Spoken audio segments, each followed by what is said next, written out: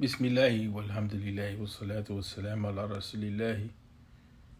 يا ربنا زدنا علما وتقوى وبارك في أوقاتنا وفي أقوالنا وفي أفعالنا ولا تأخذنا بذنوبنا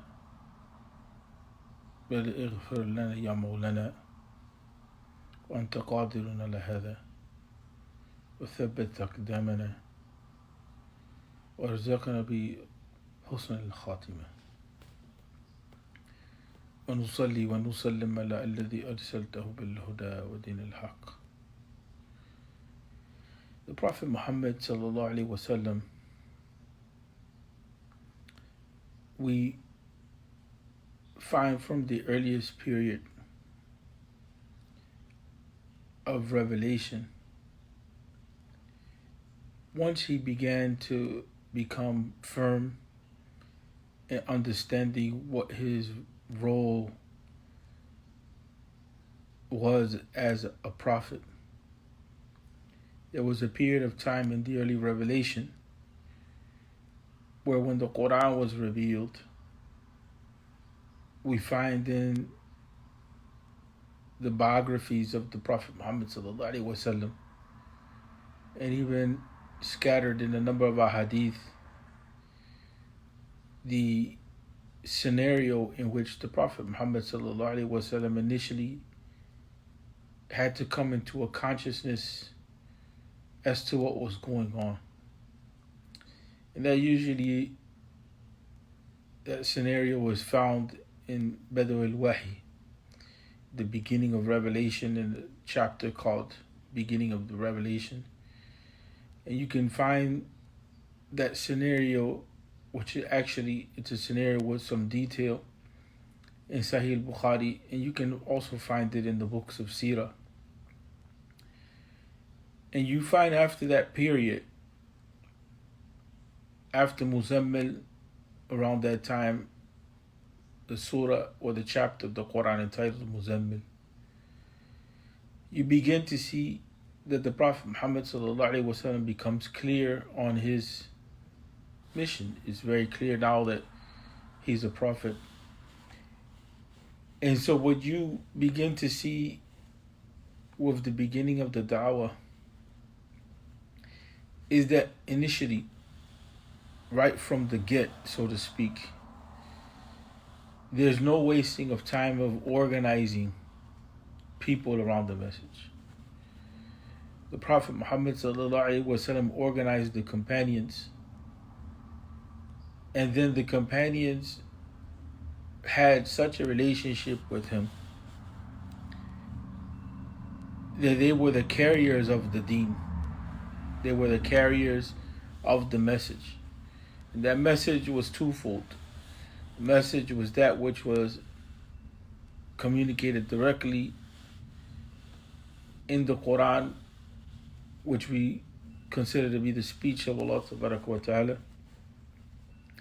And then that message came in embodying the model example of prophetic teachings, because the Prophet Muhammad sallallahu alaihi wasallam interacted with them. And so you see that the companions, they had a level of interaction that they just didn't freeze, that they had enough regard for authority, but at the same time they were groomed into having an understanding of how to work with the deen and how to function. And then they would, go back to the Prophet sallallahu alaihi wasallam, and they would verify what it was that they were doing. And this is what we call a sunnah taqririyah, that the companions saw approval of the Prophet sallallahu alaihi wasallam, or the Prophet sallallahu alaihi wasallam approved of what they did if it was performed in front of him. Sometimes they will relate things that they did and to the Prophet sallallahu alaihi wasallam, and he would approve of it. And there was other times in which they performed things in his presence, and he would approve of it, alayhi salatu wasalam, because he had an obligation as a prophet to correct them if they did something that was problematic. That type of relationship continued. And so periodically we see some hadith in which the companions are being groomed formed into leaders. And we see that in a hadith that pertain to Mu'adh bin Jabal and other companions. So that there's an indication that the Prophet ﷺ, he implemented a succession plan. Even if we say that, well, where's the evidence for that? In practice, the evidence is there from the fact that the companions had the ability to carry on the legacy, right? To carry on the legacy. Even if we say that that plan came in teachings, right? That plan came in imbibing the message, right? That it wasn't like a written out plan, so to speak.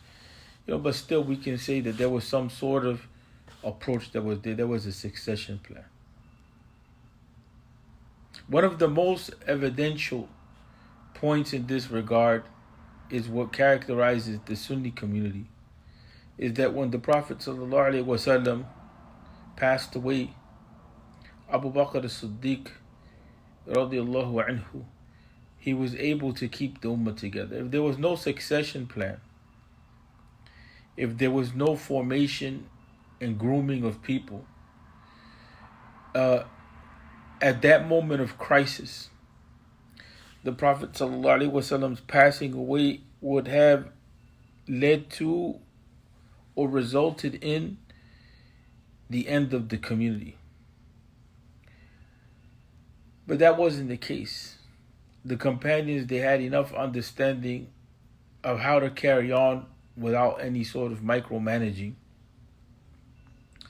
And the Ummah continued even without the physical presence of the Prophet Muhammad ﷺ, because the presence of the Prophet ﷺ in teaching is what carried on from generation to generation and is labeled or defined as Sunnah. That's what we call Sunnah.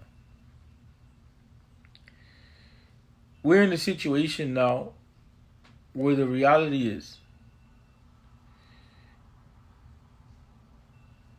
that we have a number of different challenges.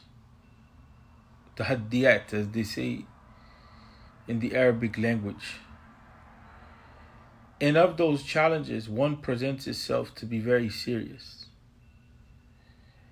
And that's the challenge of existence. Some may say that the most pressing issue is the issue of Tawheed. But without human existence, there's no message to be communicated to. There's no human being for a message to be communicated to. So we have whole populations in the Muslim Ummah which their existence is precarious. Okay? And when the existence of a community is precarious, people become desperate. Even the best of us. And so that puts people at odds in different situations. And it puts them at odds with themselves in different situations, and it makes things quite difficult. Even we find in the time of the companions that there was a struggle with some companions in the dealing with Quraysh. And some of them may have communicated or verbalized kalimat al-kufr. And others, you find they didn't respond to the call of the Prophet Muhammad ﷺ when they were commanded to battle. All of these things are representative of the struggle that people have as human beings to maintain in the deen.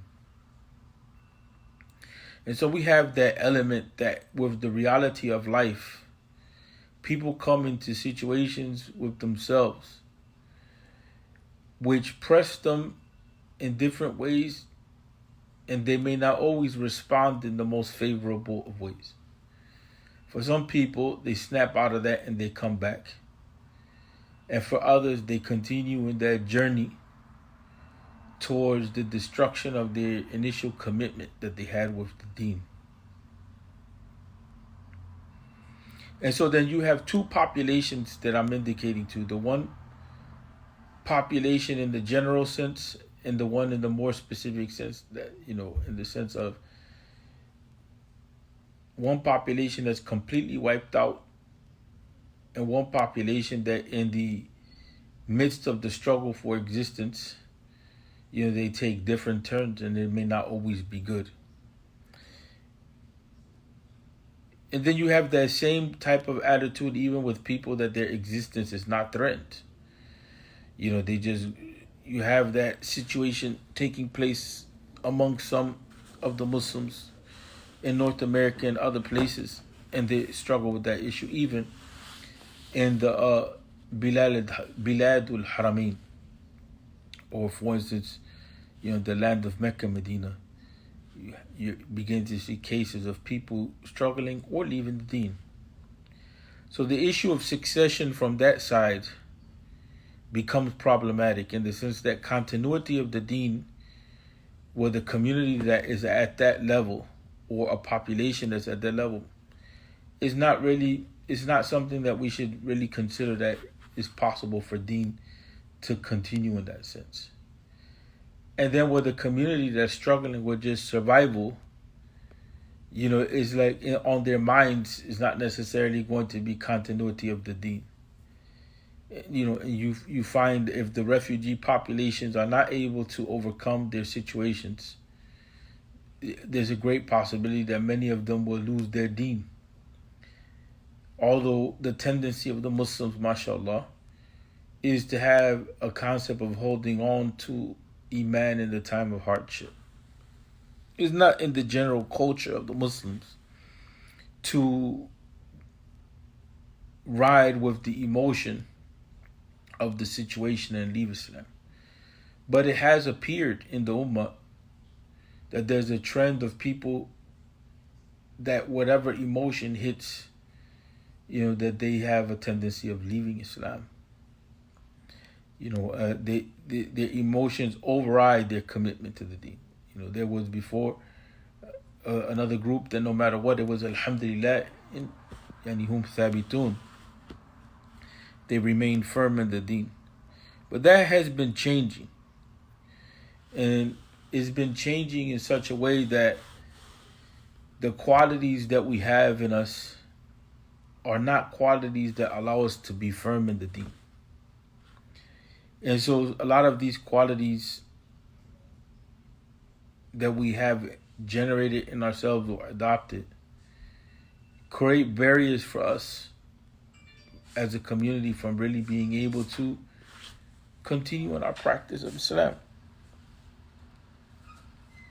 And so the issue, what I'm trying to press here, forgive me because I have a little bit of a headache, but what I'm trying to impress here is that we have to be thinking about our existence.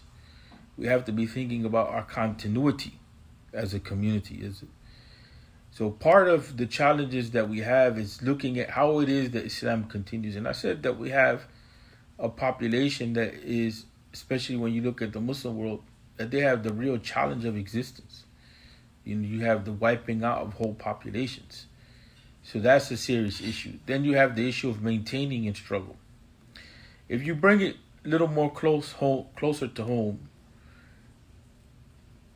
continuity is going to come either by birth rates, is going to either come by migration, people migrating here, or is going to come by way of conversion.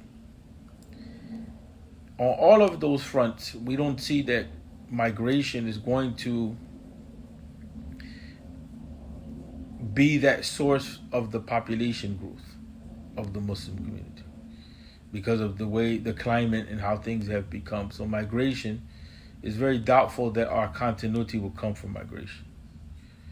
So then we're left with the issue of birth rates and we're left with the issue of conversion. The Muslim community is not in a strong position of da'wah in reality. There's groups that do da'wah and so on and so forth. But even if people come into the deen with the support of da'wah or without, the revolving door is still a very real reality. meaning people going in and out of the deen. And then you have a new population of first generation Muslims and others born in Islam also struggling with maintaining in the deen. You have this whole ex-Muslim movement, and they're very bold in the approach that they take towards announcing their exit out of Islam, right? And so the crisis at hand is that something is going on in the Muslim community that is generating a certain type of loathing of the deen itself and of even being associated with it. And it's leading to a crisis of iman for people. Some people may not want to be with the community, but they won't leave their commitment to Allah wa ta'ala. Right? They won't leave their commitment to Allah. They just may not want to deal with the Muslims because of what they experience. But there's something going on in which, people are beginning to demonstrate, a loathing and a hatred and not wanting to associate it all. So I want to end on this note that's saying that in addition to all of those things, you have those who want to maintain control and power without preparing anyone, like I mentioned in the example of the Prophet Muhammad sallallahu alaihi wasallam. So when those people die out and they pass away, and this is happening now at this time period because of the point in history that we're living in. So when these people of age, when they're dying out, they don't have any plan of succession. And so that jeopardizes the community. Then there's the other issue of people not being trained to even take responsibility. And so it's a situation which is very detrimental, right? That's what I'm getting at. We need to be thinking about succession plans. And that means that we need to be more involved in our own development and the development of others and thinking about the future, as well as living and thinking about the present. But without these things in place, it's very doubtful that, we're going to have continuity in existence. I'm sorry to tell you that. You know what I'm saying? But a lot of the Muslims, they don't look at and learn from the signs of others. While many of us were thinking about buying churches and converting them into masajid and looking at that as some sort of victory, so to speak, for themselves, from the angle that now they can establish themselves in a place of worship and so on and so forth. They don't think about the people who were previously there. Why is it that those churches became empty? They don't think about the reality of the society.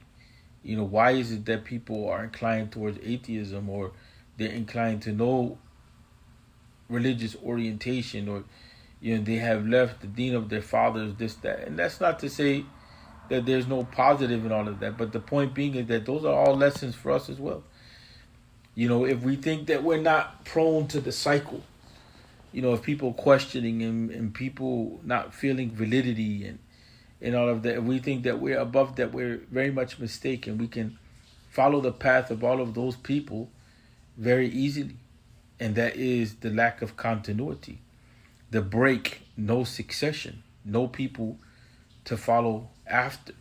And that's what we find in a lot of institutions, that they're full of old people, and relevancy becomes an issue.